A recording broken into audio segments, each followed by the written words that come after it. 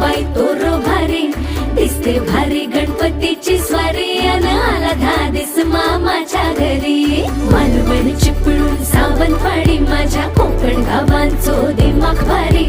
दिसते भारी गणपतीची स्वारी माझ्या कोकणा वाटे तुम्ही वलवा गाडी धमाधमान हाका गाडी माझ्या कोकणचो रस्तो नागमोडी कारी न येवा बशी न येवा नाय तर सुसाट आगीन गाडी